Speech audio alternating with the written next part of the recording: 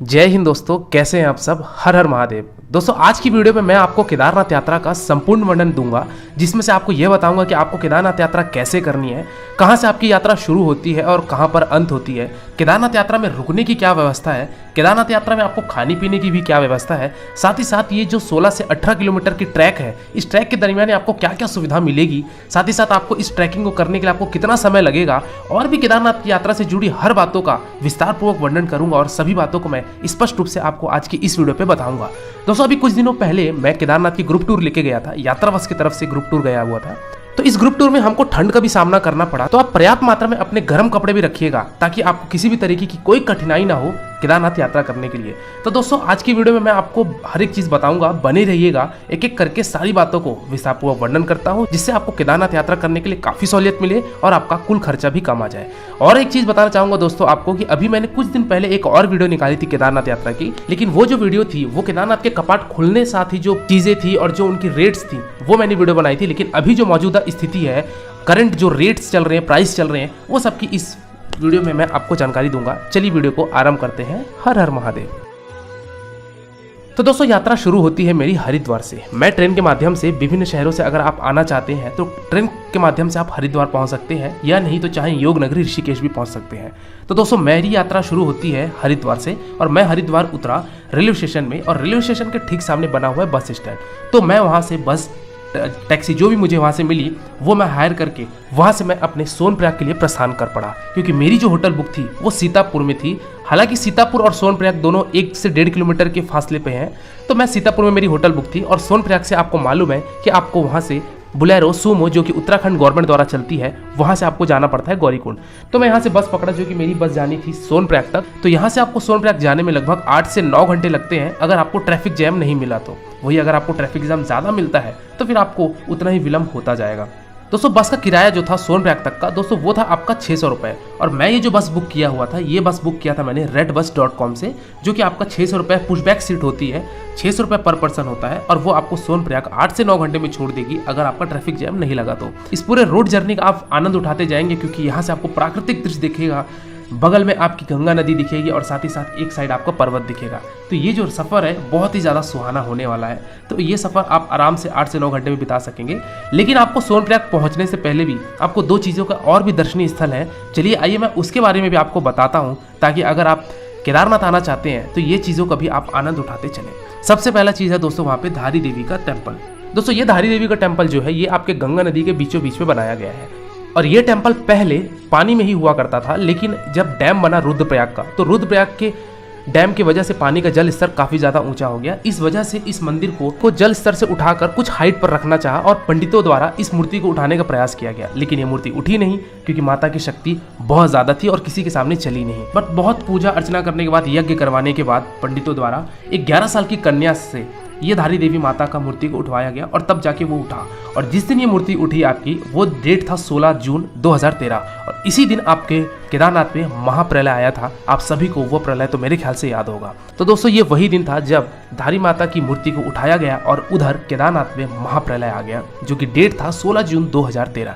दोस्तों इस मंदिर में आने के लिए आपको जो मेन रोड है, मेन रोड से आपको लगभग आधे किलोमीटर नीचे आना पड़ेगा। तो आप दोस्तों यहाँ पे मंदिर में जाएंगे और यहाँ पे आपको धारी देवी माता का मूर्ति मिलेगा। इनके आप दर्शन कीजिए, मत्थे टेकिए और जय माता दी का नारा लगाते हुए आप अपनी यात्रा को पुनः प्रस्थान कीजिए सोनप्रयाग के लिए। चलिए दोस्तों अगले स्थान की बात करता हूं। दोस्तों जैसे ही आप पहुंचेंगे देवप्रयाग, तो दोस्तों देवप्रयाग में आपका वहां पे अलकनंदा और भागीरथी नदी का संगम होता है। तो दोस्तों ये भी एक दर्शनीय स्थल है, जहां पे आपको स्पष्ट रूप से दिखता है कि अलकनंदा नदी और एक तरफ से आ रही है भागीरथी नदी, दोनों का एक संगम होता है, और वो फिर पुनः गंगा के रूप में एक विशाल रूप धारण करके वो बह चलती है। तो दोस्तों एक दूसरा साइट सीइंग आपका ये भी है, जो कि आपको रास्ते में मिलेगा।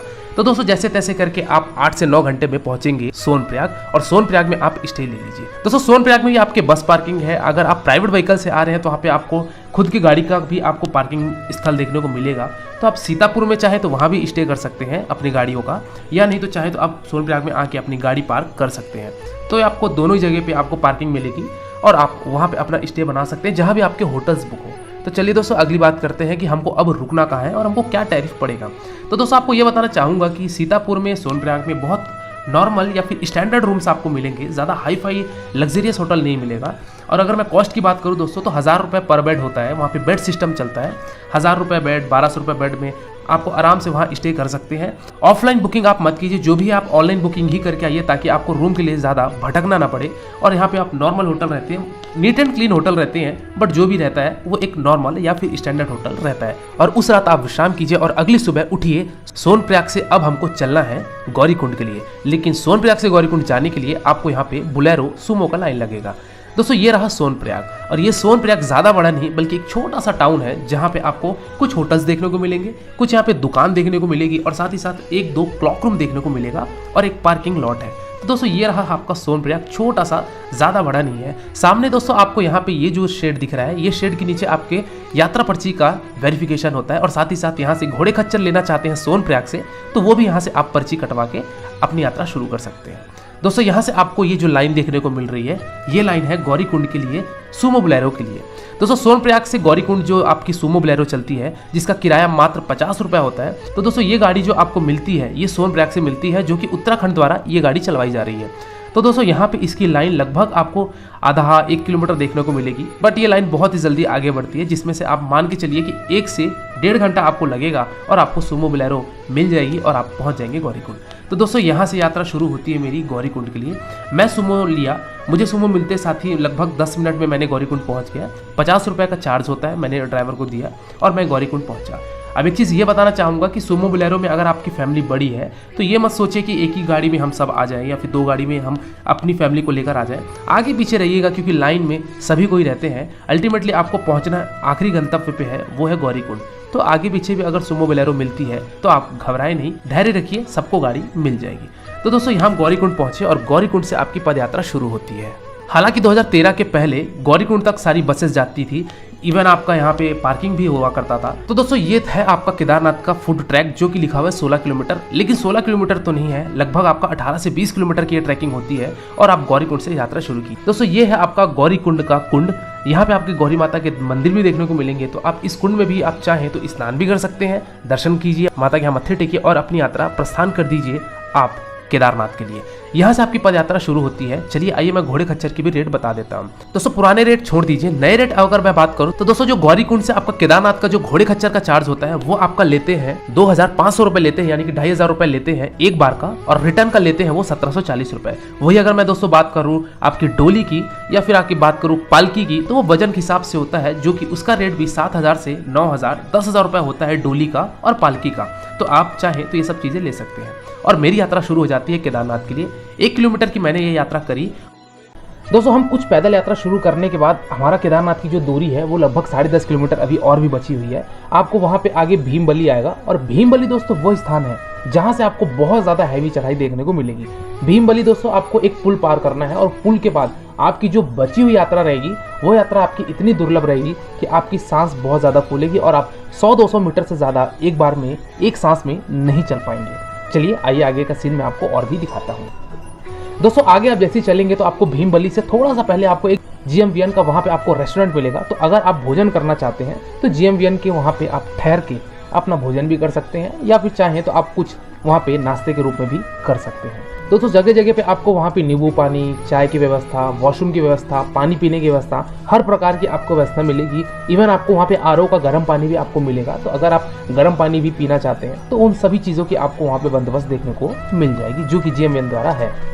हर हर महादेव दोस्तों, अभी हम लोग ट्रैकिंग कर रहे थे तो आपको यहाँ पे देख सकते हैं ग्लेशियर भी मिलेगी, जो कि ये सफ़ेद की जगह थोड़ी सी काली भी हो रखी है क्योंकि यहाँ पे घोड़ों खच्चर का आवागमन बहुत ज़्यादा है, इसलिए यहाँ पे आपको थोड़ा सा ये स्नो की जो क्लियरिटी है वो उतनी अच्छी नहीं है। तो अगर आप चाहें तो ये स्नो का भी आनंद ले सकते हैं। अभी हम लोग यहाँ पे फिलहाल मई मंथ में हैं, तो देखते हैं कि अभी ये स्नो कब तक रहती है। हो सकता है कि मई महीने तक तो पूरा रहे, एंडिंग अक्टूबर सितंबर आने तक तब तो बहुत ज़्यादा स्नो रहती नहीं है, मेल्ट हो जाती है ऑलमोस्ट। और देख सकते हैं कि ऊपर पर्वत से पूरे ग्लेशियर्स जो हैं ये पूरे इकट्ठा हो चलते हैं, तो आपको जगह जगह पर ये सब नज़ारे भी देखने को मिलेंगे। हर हर महादेव। दोस्तों जैसे जैसे आप अपनी चढ़ाई आगे करते जाएंगे वैसे ही आपको वहाँ पे प्राकृतिक सौंदर्य बहुत ही ज़्यादा शानदार देखने को मिलेगा। जैसे एक बर्फ ग्लेशियर हो गई, आपके पर्वतीय रास्ते हो गए, साथ ही साथ आपकी वहाँ की ब्यूटी, वहाँ के पर्वत, महादेव का जो ट्रैकिंग यात्रा है बहुत ही शानदार, अनोखा और बेहद शानदार हो जाता है। तो आप हर हर महादेव का नाम लेते हुए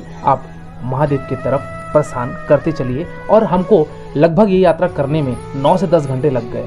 अगर आप आराम से भी यात्रा करेंगे तो आप मान के चलिए कि 10 घंटा तो आपको लगने ही है। अदरवाइज अगर आप और आराम से यात्रा करेंगे तो 11 घंटे भी लग सकते हैं। दोस्तों एक चीज से आप जरूर सावधान रहिएगा, घोड़े खच्चर का आवागमन बहुत ज्यादा है। कहीं कहीं पे तो आपको ऐसा प्रतीत होगा कि इंसानों से ज्यादा तो घोड़े खच्चर का आवागमन है, तो उनसे थोड़ा सा बच के रहिएगा, क्योंकि रास्ते में कहीं कहीं रेलिंग नहीं है, एक साइड खाई है, दूसरी साइड आपके घोड़े खच्चर है। तो थोड़ा सावधानी पूर्वक आप चलिएगा, क्योंकि हम सभी को इन सब चीजों का बहुत ज्यादा कठिनाइयों का सामना करना पड़ा। तो आप हिसाब से चलिएगा और अपने आप का भी ख्याल रखिएगा।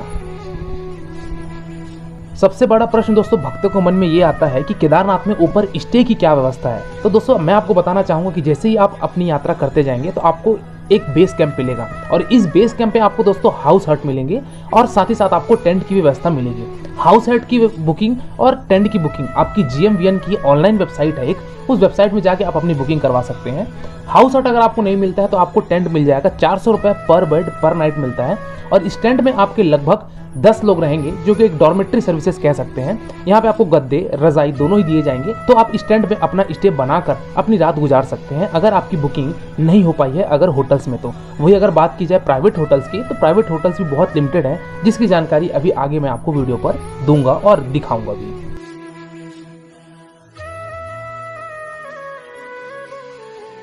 हर हर महादेव दोस्तों, अभी यहाँ पे केदारनाथ मंदिर के पास 1.5 किलोमीटर पहले आपको एक बेस कैंप पड़ता है। सामने वहाँ देख सकते हैं आपको एक बेस कैंप नज़र आ रहा होगा। उस बेस कैंप का जो कॉस्ट होता है वो आपका GMVN की तरफ से भी होता है और आपका कुछ प्राइवेट्स भी होते हैं। तो अगर आप GMVN के रुकना चाहते हैं तो ऑनलाइन वेबसाइट में जाके आप GMVN के वेबसाइट में बुकिंग कर सकते हैं। और अगर प्राइवेट टेंट की बात की जाए तो प्राइवेट टेंट का भी टैरिफ बहुत ज़्यादा है। अगर 6 लोग रुक रहे हैं तो उसका टैरिफ आपका 8,000 रुपये पर नाइट का होता है, ओनली लॉजिंग। तो यहाँ पे टेंट भी बहुत ज़्यादा महंगा है, क्योंकि इस साल रश बहुत ज़्यादा है 2022 में।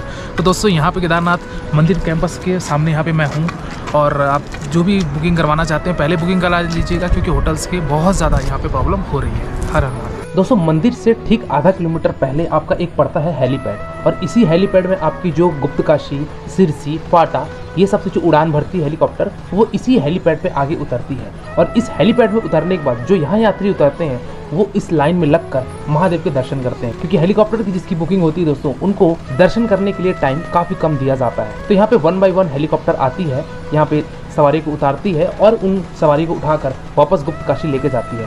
कहने का मतलब यह है कि कंटिन्यूसली यहाँ पे हेलीकॉप्टर सर्विसेज सुचारू रूप से चलती रहती है और यहाँ पे भक्तों को लाकर छोड़ा जाता है।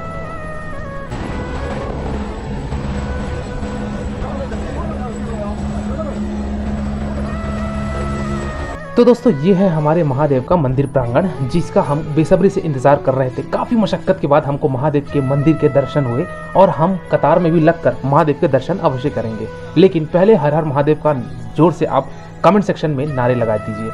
आगे बढ़ने से पहले दोस्तों मैं आपको एक चीज़ और बताना चाहूँगा कि मंदिर के ठीक पीछे एक बड़ी सी पर्वत रखी हुई है, और ये जो 2013 की आपदा आई थी, इस आपदा में ये शिला आकर, पहाड़ का एक चट्टान आकर मंदिर के पीछे आट टिका था, जिससे पानी के जो हिस्से थे वो 2 भाग में बढ़ गए थे, जिसमें मंदिर के अंदर पानी प्रवेश नहीं किया था और मंदिर को किसी भी तरीके की कोई हानि नहीं हुई थी। तो ये है महादेव की कृपा कि मंदिर के आसपास जितने भी होटल्स, धर्मशाले, लॉज, खाने पीने के जो भी रेस्टोरेंट्स हैं, सब ध्वस्त हो चुके थे, सब मलबे में तब्दील हो गए थे। लेकिन महादेव के मंदिर प्रांगण को कुछ भी नहीं हुआ, महादेव के मंदिर को कुछ नहीं हुआ, क्योंकि ये सब भोलेनाथ की कृपा थी।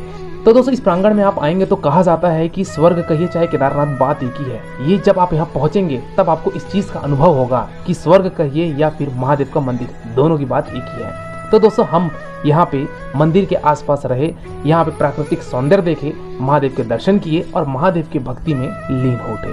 दोस्तों महादेव के दर्शन करने के लिए आप लाइन में लगिए। लाइन में हमको जो दर्शन करने के लिए लगे वो लगभग 2 घंटे, 2.5 घंटे, 3 घंटे भी किसी किसी को लग रहे थे और किसी किसी को बहुत ज़्यादा भी लग रहे थे। तो दोस्तों ये डिपेंड करता है कि रश कितना है, भीड़ कितनी है, उस हिसाब से महादेव के यहाँ पे दर्शन होंगे और आपको मंदिर के अंदर महादेव की ज्योतिर्लिंग दिखेगी। मैं भी अंदर नहीं दिखा सकता क्योंकि मोबाइल ले जाना वर्जित था।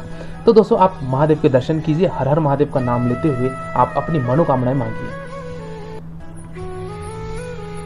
चलिए दोस्तों अगली बात करते हैं कि अगर आप महादेव के प्रांगण में हैं और अगर प्राइवेट होटल से आपकी बुकिंग नहीं हुई है तो आप खाने पीने की क्या बंदोबस्त करेंगे।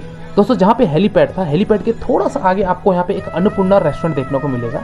इस अन्नपूर्णा रेस्टोरेंट में आप अपनी भोजन की व्यवस्था कर सकते हैं। 250 रुपये दोस्तों थाली होती है, उस थाली में आपको आराम से भरपेट खाना मिल जाएगा, तो आप वहाँ अपने भोजन ग्रहण कर सकते हैं। या नहीं तो चाहें वहाँ पे 2-4 होटल्स भी हैं जो कि प्राइवेट हैं, तो वहाँ होटल्स में भी जाके आप अपने खाने पीने की बंदोबस्त कर सकते हैं। तो दोस्तों आप महादेव के दर्शन कीजिए और अपनी यात्रा पुनः वापस कर दीजिए गौरीकुंड के लिए या सोनप्रयाग के लिए। तो दोस्तों ये था महादेव यात्रा का एक संपूर्ण वर्णन। लास्ट बात करते हैं दोस्तों कि इस यात्रा को करने के लिए मुझे कुल खर्चा कितने लग गया। तो दोस्तों अगर मैं 3 नाइट 4 डेज की बात करूं तो दोस्तों मान के चलिए कि आपका जो ये महादेव के दर्शन करने के लिए जो खर्चे लगेंगे एक आदमी का, वो लगभग 9 से 10 हज़ार रुपए लगेगा और आप महादेव के दर्शन कर लेंगे।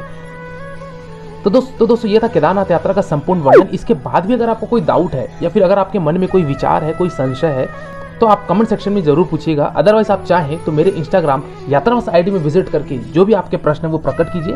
डेफिनेटली आपको मेरे द्वारा या मेरी टीम के द्वारा आपको रिप्लाई दिया जाएगा। आज की वीडियो में दोस्तों फिलहाल इतना ही। मिलते हैं फिर एक नई वीडियो में एक नई यात्रा के साथ, एक नए जोश के साथ। तब तक के लिए शुक्रिया। जय हिंद। आपकी यात्रा मंगलमय हो।